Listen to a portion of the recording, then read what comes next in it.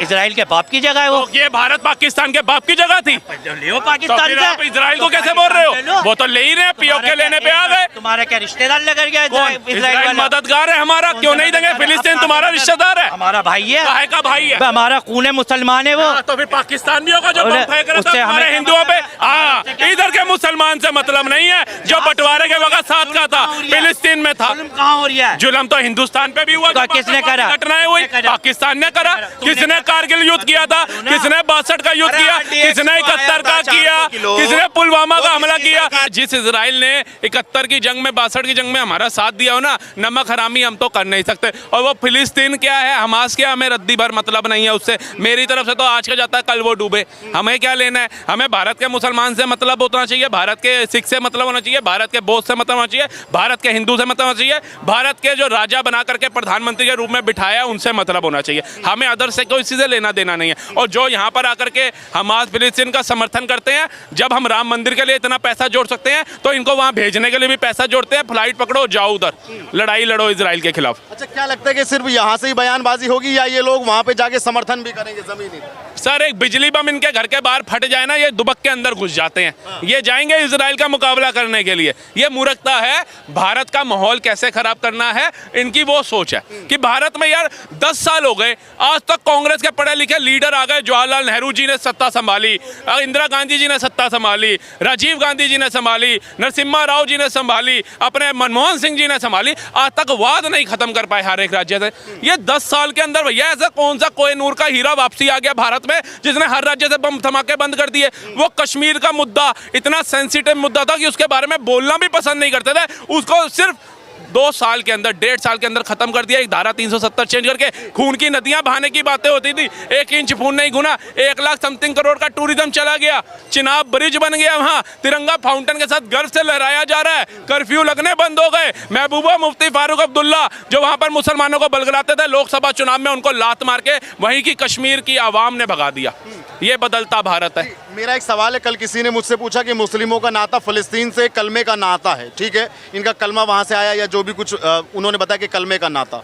वो पूछ रहे कि हिंदुओं का क्या नाता है इजराइल से, क्योंकि तमाम वो काम करता है जो मुस्लिम काम करते हैं, तो हिंदू उसको अपना क्यों मानते हैं? देखिए, हमारे में तो क्या है, आप एक किसी गरीब के घर भी चले जाएंगे ना, झुग्गी में भी, उसको भी अगर कोई अनाज दे करके गया होगा ना, तो वो शुक्रिया अदा भगवान का करेगा कि भगवान तूने किस रूप में आकर के मेरे घर में बच्चों का पेट भरने के लिए अनाज पहुंचा दिया। फिर उस बंदे का शुक्रिया अदा करेगा। वो एहसान फरामोश नहीं होगा, वो एहसान उसके खून के अंदर फरामोशी नहीं होगी। तो जिस इजराइल ने 62 और 71 की जंग में हमें लड़ाकू विमान दिए, नहीं तो ये तो कल को कहता है भैया पाकिस्तान ने ये ले लिया, उससे भी हमारा कलमा का नाता है।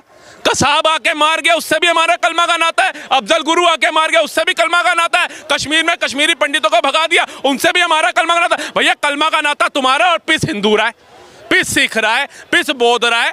अफगानिस्तान का क्या हालत कर दिया? पाकिस्तान में कितने हिंदू, कितने सिख, बौद्ध थे, कितने रह गए? बांग्लादेश में कितने थे, कितने रह गए? तब तो तुमने नहीं कहा कि हमारा कलमा का नाता है, वहां गलत हो रहा है। तब तो आवाज नहीं उठाई तुमने, तब उठाई। और छोड़िए, हमारा अभिनंदन फंस गया। सेना का जवान तो सबकी रक्षा के लिए होता है, वो तो किसी जाति धर्म का नहीं होता, वो तो पर्टिकुलर किसी पार्टी का नहीं होता, वो सबके लिए होता है। अभिनंदन का विमान फंस गया इनके कलमा वाले भाइयों के वहां पे।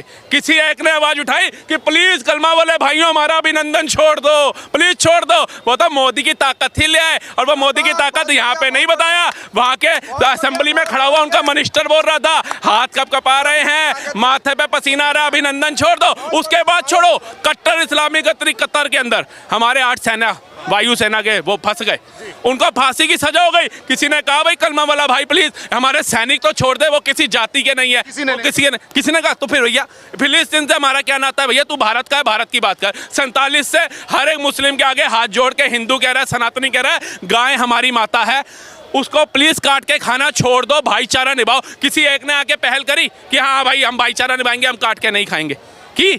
तो यहाँ भाईचारा तुम निभाओ ना। इजराइल गाय खाता है, इजराइल सब कुछ खाता है, अरे हमें इजराइल से क्या लेना? हमारा इजराइल से इतना नाता है कि उसने हमारी मदद करी थी और आज भी करता के समय वो खड़ा था, तो आज संकट के समय हिंदुस्तान खड़ा है, हम उसके साथ है बस। अच्छा ये बताइए, आज इजराइल ने ये धमकी दी है ईरान को कि जैसा बेरूत में किया, जैसा गाजा पट्टी में किया, हमास में किया, वही हाल ईरान का कर देंगे। करेगा वो, उसका रक्षा मंत्री बोल चुका है कि नक्शे से गायब, हाँ रक्षा मंत्री बोल चुका है कि अब ये नक्शे से गायब हो जाएगा। और हम तो कहते हैं होना चाहिए ना, आतंकवाद का खात्मा होना चाहिए। आतंकवाद किसका हितैषी होता है बताओ? आपको पता है ये भारत में ये क्यों चीजें उछलती हैं? आपने देखा है कोई भी मुद्दा होना चाहिए छोटा सा, मोदी के ऊपर उंगली उठाने का तोड़ से भीड़ आ जाती है। क्यों आती है? क्योंकि जो विपक्षी पार्टियां उन्हें समझ नहीं आ रहा कि हमारी कुर्सी नहीं मिलेगी जब तक हम इसकी बदनामी नहीं करेंगे, इसके खिलाफ झूठ का एजेंडा नहीं चलाएंगे। क्योंकि जब लादेन घुसा अमेरिका की बिल्डिंग में, ओबामा ने घर में घुस के मारा था, क्या उसके विपक्ष ने सबूत मांगे थे? उसका विरोध किया था? नहीं, जनता ने विरोध किया था कि क्यों मार दिया भैया? नहीं किया। अब इजराइल मार रहा है, वहां का विपक्ष सबूत मांग रहा है, वहां की जनता बोल रही है। लेकिन भारत के अंदर जब सर्जिकल स्ट्राइक होती है तो यहाँ के नेता सबूत मांगते हैं, यहाँ की जनता सबूत मांगती है और सड़कों के ऊपर उतर के सेना पे सवाल खड़े जाते हैं। ये है मेरा मतलब इतना निंदनीय भारत, डूबता भारत, कि ऐसे मूर्खों की वजह से, जहां एक तरफ सर्वोच्च सम्मान हमारा प्रधानमंत्री लेकर के आ रहा है, लेकिन ये मूर्ख लोग क्या कर रहे हैं? भारत की इज्जत मान को कहां ले जाकर जा रहे हैं? कि हमारा शौर्य, हमारी सेना जो सर्दी के अंदर भी खड़ी है, सियाचिन के अंदर, जो तपतपाती गर्मी में राजस्थान के अंदर खड़ी है, उससे तुम सबूत मांग रहे हो। तुम्हारी औकात क्या है? तुम्हारी औकात 2 कौड़ी से ऊपर नहीं है। ये भारत की जनता जा करके बटन दबाती है तो तुम्हारे को एक सिंहासन में बैठने का राइट मिलता है। एक निगम पार्षद बनो, चाहे सरपंच बनो, चाहे एमएलए बनो, चाहे सांसद बनो, तुम्हारी औकात हमारी सेना से बढ़ के नहीं है। जिस दिन ये तुम्हारे पीछे खड़ी सेना ने अपना असली दाग दिखा दिया ना, जिस दिन वो आ गई पाकिस्तान वाले रूप में या बांग्लादेश वाले, ये तो हमारी सेना के खून में ही नहीं है गद्दारी। क्योंकि हमारी सेना जब घर से निकलती है ना, अपनी माँ को एक बात बोल के जाती है, माँ या तो तिरंगा लहरा के आऊंगा या तिरंगे में लिपट के आऊंगा। ये शौर्य होता है हमारी सेना का। ये क्या समझेंगे? इनकी क्या औकात है? ये सेना पे प्रश्न चिन्ह उठाते हैं, अग्निवीर पे प्रश्न चिन्ह उठाते हैं। अग्निवीर की तरह एक बार मेहनत करके तो देखो राहुल गांधी जी, 55 साल उम्र हो गई, कितनी बार आपने देश रक्षा के लिए, कितनी बार आपने सामाजिक सेवा के लिए आगे आए हो? आप बताओ। लेकिन हाँ, प्रधानमंत्री मोदी को आग कैसे मारनी है, इशारे कैसे करना है वो पता है, लेकिन सांसद लोकतंत्र के मंदिर में झूठ कैसे फैलाना है वो पता है। लेकिन फिर भी गलती आपको बताता हूँ, मुसलमानों की इतनी नहीं है जितना भटके हुए दोगले हिंदुओं की है। आज आप भारत के विपक्ष की बात कर रहे हैं और मैं आपसे एक सवाल ये पूछूंगा कि जब से ये 1 साल से वोट चल रहा है, 2023 का जो अक्टूबर था 7, उसमें हमास ने पहला अटैक किया था इजराइल के ऊपर, यानी कि आज पूरा 1 साल हो चुका है। लेकिन मैंने देखा कि इजराइल का जो विपक्ष है वो बिल्कुल इजराइल के साथ में खड़ा है। मतलब जो बेंजामिन नेतन्याहू जो वहाँ के अभी वर्तमान में जो पीएम है वो उनके साथ में खड़ा है। अगर ऐसी स्थिति भगवान ना करे कि युद्ध की स्थिति कोई भारत में बने, क्या यहाँ का विपक्ष उस समय की सरकार का साथ देगा, या मतलब क्या लगता, क्या कल्पना है आपकी? देखिए, एट प्रेजेंट जो सिचुएशन मैं देख रहा हूँ, जैसे अलग अलग लोग निकल के आ रहे हैं, फिलिस्तीन, हिजबुल्ला, कितने मारोगे, हर घर से हिजबुल्ला मिलेगा, और बच्चों को आगे किया जा रहा है कश्मीर में, तो ये बहुत निंदनीय बात है। इस समय तो बल्कि उस समय नहीं कि जब वो करेगा, गागूगी नहीं, एट प्रेजेंट विपक्ष को आकर के बोलना चाहिए सांसद के अंदर कि मोदी जी भगवान ना करे, अगर हमारे विपक्ष की जरूरत तुम्हें तो कदम के कदम साथ मिलाकर के साथ खड़े हैं। हमारे लिए देश से बढ़ के कुछ नहीं है। कुर्सी आज नहीं तो कल हम ले लेंगे, इलेक्शन आज नहीं तो कल ले लेंगे, लेकिन मोदी तेरे साथ खड़े हैं। बोला किसी ने? विपक्ष को ऐसा कहना चाहिए, बिल्कुल कहना चाहिए। लेकिन वो क्या कह रहा है? जब मोदी जी ने बोला पकोड़ा तलने वाली बात कि उससे रोजगार मिलता है, तो इन्होंने खिलखिली उड़ा दी। आज ये क्या कह रहा है? युवाओं को जलेबी बनाओ, फैक्ट्री लगवाऊंगा। मतलब आप जुआ जलेबी तलता अच्छा लगेगा, लेकिन पकोड़े का रोजगार करते हुए उसका अभिमान नीचे गिर रहा था। तो मूर्ख बनाना कोई विपक्ष से पूछे और भारत की जनता से पूछे, जो अपने मंदिरों को टूटता हुआ देख करके, अपने हिंदू भाइयों को मरता हुआ देख करके, अपने जितने भी आसपास की बहन बेटियां उनके बलात्कारों की रेशू बढ़ता हुआ देख करके, उसके बाद भी ऐसे लोगों को वोट देते हैं। क्या कहेंगे आज इजराइल के विपक्ष के बारे में? कुछ तारीफ करेंगे, क्या क्या कहना चाहेंगे? देखिए, विपक्ष ने अगर तारीफ करी हो, करने योग्य काम किया होता, मैं जरूर करता। राहुल गांधी जी, इजराइल के विपक्ष की बात कर रहा हूँ। इजराइल वो तो सल्यूट है भाई साहब, उससे भी तो पता मेरा देश रहेगा तो मैं इनके खिलाफ लड़ूंगा, तब मेरा परिवार रहेगा, उसके लिए तो मैं रोज कमाने धमाने के लिए आऊंगा सत्ता में। जब मेरा देश ही खत्म हो जाएगा तो मैं किसके लिए लड़ूंगा? ये समझदारी उसके जो युवा हैं वो विदेशों में नौकरियां कर रहे थे, सब छोड़ करके आ गए इजराइल में, अपने सेना के साथ खड़े हो गए, अपने देश के साथ खड़े हो गए। यहाँ पर अभी दिल्ली में खड़े हैं, किसी से पूछ लो, मैं गर्लफ्रेंड के साथ डेट पे हूँ, कोई डोमिनोज में मिलेगा, कोई पिज्जा हट में मिलेगा, कोई आपको पार्कों में मिलेगा, कोई पिक्चर हॉल में मिलेगा। देश के साथ कौन है? आज ये गौरी शंकर मंदिर है, सावन आता है, यहाँ पे कतार लग जाती है सैकड़ों मीटर की, ठीक है। भगवान ना करे जब इसी मंदिर को आ जाती है बात, या भारत के किसी मंदिर को आती है, वो हिंदू कहाँ चला जाता है? झंडे वाला मंदिर आज जाकर के देखो, नवरात्रे चल रहे हैं, कदम रखने की जगह नहीं है, कदम रखने की। जब उसका गेट तोड़ा जा रहा था तब वो हिंदू कहाँ थे? आज एक झांसी की रानी की मूर्ति लगनी है तो हजारों मुसलमान सड़कों के ऊपर है कि हमारी ईदगाह के यहाँ पे झांसी की रानी नहीं लगने देंगे, जबकि वो किसी के भगवान की मूर्ति नहीं लग रही, किसी धर्म की नहीं लग रही, वो वीरांगना की लग रही है जो मुगलों से लड़ी थी। और जिसमें तो मुसलमान का बच्चा, हिंदू का, सिख का, बौद्ध का सबने पढ़ा होगा कि बुंदेले हर बेलों के मुंह से हमने सुनी कहानी थी, खूब लड़ी मर्दानी वह तो झांसी वाली रानी थी। देखो आज हो रहा है, लेकिन तुम्हारे मंदिर तोड़ दिए जाते हैं, हिंदुओं के नरसंहार हो जाते हैं, तुम चुप बैठे हो। तुम्हें पिज्जा खाने से मतलब है, तुम्हें मॉल में घूमने से मतलब है, तो हिंदुओं को कितना तुम जगाओगे? हिंदू सोया है, वो सोता है आज कमाओ, शाम को खाओ और रात को सो जाओ, बस। राहुल भाई, उनके बारे में क्या कहना चाहेंगे जो भारत में रह के हमास जैसे संगठन का साथ दे, या किसी ऐसे व्यक्ति की जो हानिकारक हो उसकी मौत पर शोक मनाए, मातम मनाए, उसके लिए कैंडल मार्च करे, उसके लिए पैदल मार्च करे?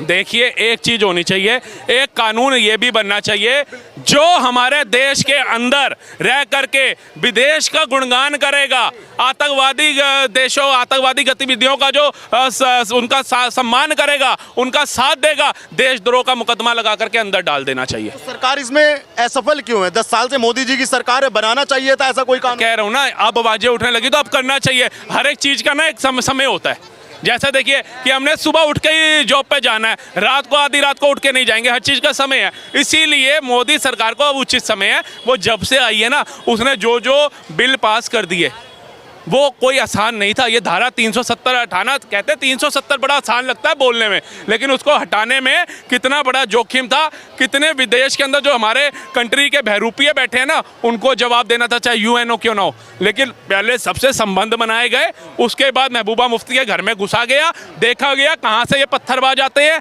कहाँ से तिरंगा जलाने वाले आते हैं, सारी जाँच ली। उसके बाद महबूबा मुफ्ती को लात मारा गया और हमारे को उसका परिणाम ये निकला कि पत्थरबाज गायब दिखे, सेना को कहते हैं हेलमेट उछालने वाले गायब दिखे, तिरंगा जलाने वाले वहाँ थे नहीं, कर्फ्यू लगना बंद हो गया। उसका जीता जाता उदाहरण था राहुल गांधी और प्रियंका गांधी, वहाँ बर्फ से खेल के आए और लद्दाख में बाइक राइडिंग करके आए, लेकिन जब से पैदा हुए हैं आज तक नहीं गए कश्मीर में। ये है बदलता भारत। मोदी जी का शुक्रिया अदा करो कि तुम्हारे को भारत में ही स्विट्जरलैंड के दर्शन करा दिए, नहीं तो भैया तुम तो जा सकते थे, भारत की आवाम इतने योग्य नहीं थी, वो स्विट्जरलैंड पेरिस चली जाती। तो मोदी जी का शुक्रिया अदा करना चाहिए, लेकिन वो ये करेंगे नहीं। ये भारत में विदेशों में जाके भारत की जो है वो तारीफ नहीं करेंगे, उसकी निंदा करके आते हैं। भारत माता कौन है? भारत में लोकतंत्र खत्म हो गया, भारत में जनता को बोलने की आज़ादी नहीं है। अरे माता, अगर तुम्हारा बच्चा नालायक हो गया तो बाहर जा करके उसकी बुराई करोगे? राहुल गांधी, तुम्हारा पूरा विपक्ष नालायक है तो उसकी तारीफ करो, यहाँ पे बाहर जाके बुराई मत करो। मोदी क्या काम कर रहा है वो तुम्हें विदेशों में जाके बताने की आवश्यकता नहीं है, वो उसके गले में डल रहे सर्वोच्च सम्मान बता रहे हैं। वो ऑस्ट्रेलिया का प्राइम मिनिस्टर जब बोल रहा है ना मोदी इज अ बॉस, तो वो बता रहा है, वो लुनिया का पैर छू रहा है, वो बता रहा है। तुम मत बताओ, तुम ये बताओ कि तुमने भारत के लिए क्या करना है वो बताओ। जलेबी बनवाओगे अब युवाओं से? ये रोजगार कह रहे हो, युवा बेरोजगार है, जलेबी बनाएगा फैक्ट्री में। अब मेरे को ये भी बता दो राहुल गांधी जी, वो जलेबी जो है वो लीटर में मिलेगी या मीटर में मिलेगी या किलो में? बता दो। किलो में तो उनको पता ही नहीं होगा ना, नहीं तो बता देते। वो आटा लीटर में दे सकते हैं तो किलो में कहाँ उनको याद होगा, ऑक्सफोर्ड से पढ़े हुए हैं। तो भारत की जनता को समझना चाहिए, जहाँ उनका देश विकास कर रहा है वहाँ जाओ। ये आटा आज नहीं तो कल सस्ता हो जाएगा, टमाटर आज नहीं तो कल सस्ता होगा। पहले भी 100 150 रुपए किलो प्याज गया है, तो वही प्याज 20-30 रुपए किलो भी आया है, लेकिन उसके चक्कर में ये नहीं है किसी मूर्ख को गद्दी पे बिठा दोगे। लेकिन जैसा विपक्ष भूमिका निभा रहा है इस वक्त इजराइल में, ऐसा यहाँ पे भी होना चाहिए। बिल्कुल होना चाहिए, क्यों नहीं होना, क्यों नहीं। ये बदलता भारत है सर, अगर आप बदलोगे नहीं तो दुनिया आपको बदल देगी। आपको याद है, अगर हम अपने पिताजी के कार्यकाल में जाएं तो टाइटन और सोनाटा की घड़ियां बहुत बिकती थी। मतलब बंदे की शादी हो रही है तो वो दहेज में भी टाइटन की घड़ी लेता था। आज आईफोन की घड़ी पहन रहा है, आज नॉइस की वॉच पहन रहा है, स्मार्ट वॉच पहन रहा है ना। क्यों? अगर उस समय टाइटन और सोनाटा अपने आप को बदल लेता और इम्प्रूवमेंट कर देता अपने में, तो आज वो जिंदा होता। नोकिया का फोन चलता था बटन वाला, आज वो दिखता है, वो दिखता है। उसने अपने आप को बदला नहीं, उसके जगह पे आ गए आज ये स्मार्टफोन, आईफोन आ गए, वीवो आ गया, ये सब आ गए ना। तो बदलना समय की नीति है, बदलना चाहिए। अगर नहीं बदलते तो पाकिस्तान जो है ना, वो हमारे गदर वो बॉर्डर पिक्चर आई थी, वो सच्चाई पे थी ना, घुस गया था ना अंदर कि भैया इनके तो 120 सैनिक ही हैं, आज हमला करता हूँ टैंक ले जाता हूँ। वो 120 सैनिक इनके बाप निकले थे, जा करके देखा था ना। बस यही सिखाना है हमने। बाबूजी एक मिनट, आपके पास भी आऊँगे, बहुत देर से खड़े हैं, क्या कहना चाहेंगे जो अभी वॉर चल रहा है इजराइल के और ईरान के बीच में, जो वॉर चल रहा है, जंग चल रही है पूरे 1 साल से, आज पूरा 1 साल हो गया उसमें। 1 साल हो गया भैया। ये पूरे दुनिया के अंदर आतंकवादी जो फैला हुआ है ना, आतंक फैला हुआ है, हमें भारत को भी इजराइल से सीखना चाहिए। क्या बात कर रहे हैं? इजराइल से सीखना चाहिए। ये पत्थरबाज जो हैं, ये गोलीबाज, पत्थरबाज, बॉर्डर पे सर काटने वाले जो सोनिया कहती थी आप गोली मत चलाना, वो सर काट के ले जाते थे और फुटबॉल बना के खेलते थे, समझे। कोई जुलूस निकलता है उस पर पत्थरबाजी करते हैं, सेना पे पत्थरबाजी करते हैं, पुलिस पे पत्थरबाजी करते हैं, पब्लिक जनता देखती रहती है, समर्थन नहीं करती उनका, समझे। हमें उनका साथ देना चाहिए, उन आतंकवादियों को जेल में डालना चाहिए, खुला इजराइल का समर्थन करना चाहिए, इजराइल का समर्थन करना, इजराइल का समर्थन करना चाहिए।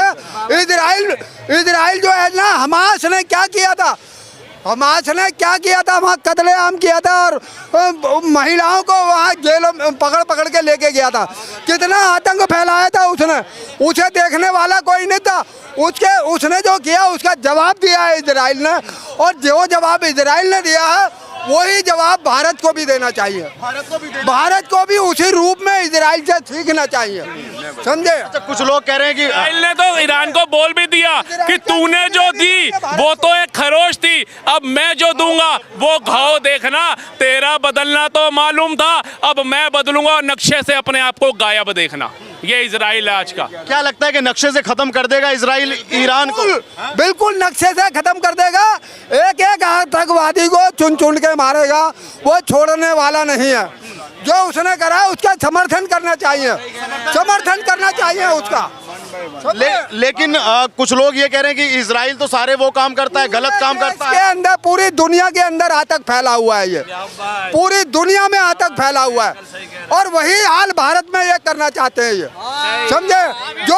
जो ये क्या नाम है, कांग्रेस के टाइम में सर काट के ले जाते थे, मैंने आपको बताया ना, ये हर पूरी देश के अंदर इंदिरा ने 10 करोड़ बांग्लादेशियों को भारत में क्यों बुलाया था, इंदिरा गांधी ने 10 करोड़ बांग्लादेशियों को भारत में क्यों बुलाया था, हमारे ऊपर टैक्स, देश की जनता के ऊपर टैक्स क्यों लगाया था, क्यों खून नहीं छोड़ा था उनका इंदिरा गांधी ने, उसका जवाब क्यों नहीं लेती।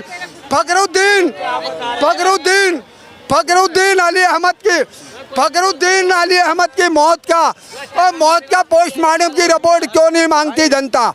फखरुद्दीन अली अहमद की मौत कैसे हुई, उसकी पोस्टमार्टम की रिपोर्ट क्यों नहीं मांगती जनता कांग्रेस से। और डॉक्टर जहांगीर बाबा जो वर्ल्ड के अंदर माना हुआ वैज्ञानिक था, उसकी मौत की पोस्टमार्टम की क्यों रिपोर्ट नहीं लेती, समझे। जिसने एक ऐसा गोला बनाया था मामूली सा, उसने क्या नाम है 9 इंची पैटर्न टैंक 9 इंची चादर का, वो खील और बताशे की तरह उड़ा के फेंक दिया था, और बिल क्लिंटन की तो हवा निकल गई थी। कहने लगा हिंदुस्तान में ऐसा कौन सा वैज्ञानिक पैदा हो गया, समझे, उसकी मौत कैसे हुई। ठीक है, ये तो आपने कांग्रेस की बात मुझे बताई, मुझे ये बताओ इजराइल का साथ भारत को क्यों देना चाहिए? क्योंकि वो आतंक का खात्मा कर रहा है, इसलिए आतंक का खात्मा करने वाले का साथ देना चाहिए। अगर वो भारत खात्मा करता होता तो ये पत्थरबाज पैदा नहीं होते, भारत के अंदर। ये सन 47 से कांग्रेस पार्टी ने इनको पाला है, इन आतंकियों को पाकिस्तान की मदद करके पाला है, कांग्रेस ने पाला। हाँ, कांग्रेस ने पाला है जी। आपको शुभ नाम है आपका?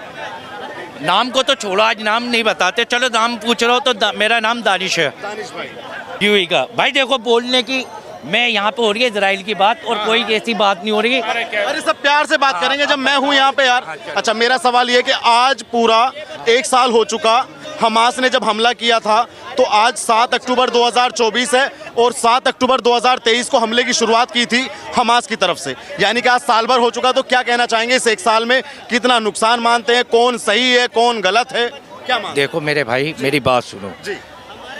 इजराइल के मरे जब भी दुखजनक बात है, फिलिस्तीन को मारे फिर भी दुखजनक बात है। कि दोनों देश आपस में बैठ के बात करें। हमारे इतने मुल्क हैं, कितने मुल्क हैं, ये सारे इनका समझौता क्यों नहीं करवाते? समझौता कराना चाहिए, समझौता करवा दे, खत्म, तुम भी चैन थे। अच्छा, इजराइल देखो, इजराइल जो है ना, ये अलग ही दिमाग है इसका, ये पूरी दुनिया पे राज करना चाहता है। ये समझियो कि हमारा समर्थन है, ये किसको है। अब वो भाई साहब कह रहे हैं कि हमारे इजराइल से काम है, तो भाई जब बॉर्डर बंद है तो कैसे काम होगा? कारोबार जभी तो होगा जब तुम्हारे बॉर्डर सही होंगे। आप बॉर्डर तो अभी तो बंद हुए हैं तो भाई बंद क्यों हुए? लाखों करोड़ों रुपए का नुकसान हो रहा है, क्यों हो रहा है? एक लड़ाई की वजह से तो हो रहा है। आप लड़ाई का सॉर्ट आउट करो। अच्छा दानिश भाई, आपने जो कहा कि देश को उसका समझौता कराना चाहिए, क्या हमास ने आक्रमण करने से पहले किसी देश से पूछा था? तो भाई ये तो इजराइल वालों ने भी करा है। नहीं, वो तो बाद में कहना मैं क्या कहना चाह रही हूँ, आप सुनने नहीं हो। इजराइल ना मेरे बाप का देश है, ना फिलिस्तीन मेरे बाप का देश है, हमारा है हिंदुस्तान। हम तो यहाँ से शांति की बात कह सकते हैं भाई। वहाँ के हमारे प्रधानमंत्री मोदी जी, हमारे जो प्रधानमंत्री है मोदी जी, प्रधानमंत्री हमारे, वो बात करें, सब जगहों को बिठाए, एक कदम पीछे, वहाँ बहुत शोर हो रहा है। सब जगह बिठा पुटू के बात करें। जैसे ये मसला हल हो रहा है, हल निपटा है इसको, मसले को। आप मानते हैं कि मोदी जी चाहे तो हो सकता है हल? मोदी जी क्या, अमेरिका चाहेगा तो हल होगा, मोदी जी क्या कहेंगे बेचारे। लेकिन ईरान का राजदूत तो मोदी जी से प्रार्थना कर रहा है कि आप इसको शांत कराओ। शांत करवाओ। हमारे, मैंने क्या कहा, मोदी जी और देश के सारे प्रधानमंत्री बैठे हैं, अमेरिका में होती हैं ये मीटिंगें, तो वहाँ जाके बात करें कि हाँ जी ये मसला ख़त्म करो। कब तक एक दूसरे को मारोगे? कब तक एक दूसरे को मारोगे? अबे जो इनका हिस्सा इनको दे दो, जो तुम्हारा हिस्सा तुम ले लो। एक बात बताओ यार, ये ज़मीन मेरी है तो मेरा ही हक है, ये ज़मीन तेरी है तो तेरा हक है। उसी पे तो एक मिनट मेरे भाई, एक मिनट पहले। पाकिस्तान को भी उसका हिस्सा दे दिया था। समझौता बस भी चली थी भारत से पाकिस्तान के लिए। क्या पाकिस्तान शांत हो गया? लोंगावाला के अंदर मिसाइल फेंकी और पता चला 120 सैनिक है, हमला जला दिया। एक मिनट पिक्चर देखिए, यहाँ बात चल रही है फिलिस्तीन इजराइल की। पाकिस्तान पे नहीं जाओ तुम। उनकी जगह दे दो। भाई मेरी बात, अपनी जगह, इजराइल के बाप की जगह है वो। ये भारत पाकिस्तान के बाप की जगह थी। ले पाकिस्तान फिर से। आप इजराइल को कैसे बोल रहे हो? वो तो ले ही रहे, पीओके लेने पे आ गए। तुम्हारा क्या रिश्तेदार लग गया? इजराइल मददगार है हमारा, क्यों नहीं देंगे? फिलिस्तीन तुम्हारा रिश्तेदार है, हमारा भाई है। काहे का भाई है? हमारा खून है, मुसलमान है वो। तो फिर पाकिस्तान भी होगा जो बम फेंक रहा था उससे हमारे हमें हिंदुओं पे। हाँ, इधर के मुसलमान से मतलब नहीं है, जो बंटवारे के वक्त साथ का था, फिलिस्तीन में था। कहाँ हो रहा है? जुल्म तो हिंदुस्तान पे भी हुआ। तो किसने करा? घटनाएं हुई, पाकिस्तान ने करा। किसने कारगिल युद्ध किया था? किसने 62 का युद्ध किया? किसने 71 का किया? किसने पुलवामा का हमला किया? जब सर्जिकल स्ट्राइक करी, सबूत मांग रहे थे। सर कब आएंगे ये बताइए। अब यहाँ पे क्या बात हो गई? मोदी के भक्त है जब ही सकते हैं, ये वाली बातें होंगे। अब यहाँ पे यही बात होंगी। यहाँ बात, टॉपिक क्या लिया था आपने? एक बार चुप रहना। यहाँ टॉपिक किस बात का लिया था? आज 1 साल हो गया इजराइल और उसके युद्ध। यहाँ पे मैंने कोई गलत बात की इस पे? अभी तो आपने एक मिनट उसकी जमीन दे देनी चाहिए। एक मिनट, मैंने क्या कहा? एक मिनट ये यार, भाई जाएगा दिलाने, ये भाई जाएगा देने, ये भाई जाएगा देने। भाई साहब इजराइल का चैनल है। काटेंगे नहीं भाई, काटेंगे नहीं यार, भारत का चैनल है, ऐसी बात कहने का। एक चीज मैं ये बोलना चाहता हूँ, मैं बोलता नहीं हूँ। चलो हम मुस्लिम के चक्कर में बोलते हैं, गलत हो रहा है। या हम देखिए, मैं बताऊं, हम ये बोलते हैं। अरे यार बोलने दो एक आदमी को। प्रधानमंत्री खुद कह रही है कि बोलो भाई, बोलो यार। हाँ जी, डालोगे पहले ये बताओ। सब पूछो फिर। कसम है आपको मोदी जी की कसम है, डालोगे पूरी डिबेट। मोदी जी ये वाहियात बात है, ये वाहियात बात है। हमारे प्रधानमंत्री लेफ्ट के चैनल पे, लेफ्ट के चैनल पे कभी बोला राहुल गांधी की कसम? नहीं बोला। नहीं बोला। चमचों की राहुल गांधी की कसम, हालत खराब है। राहुल गांधी की कसम डालोगे?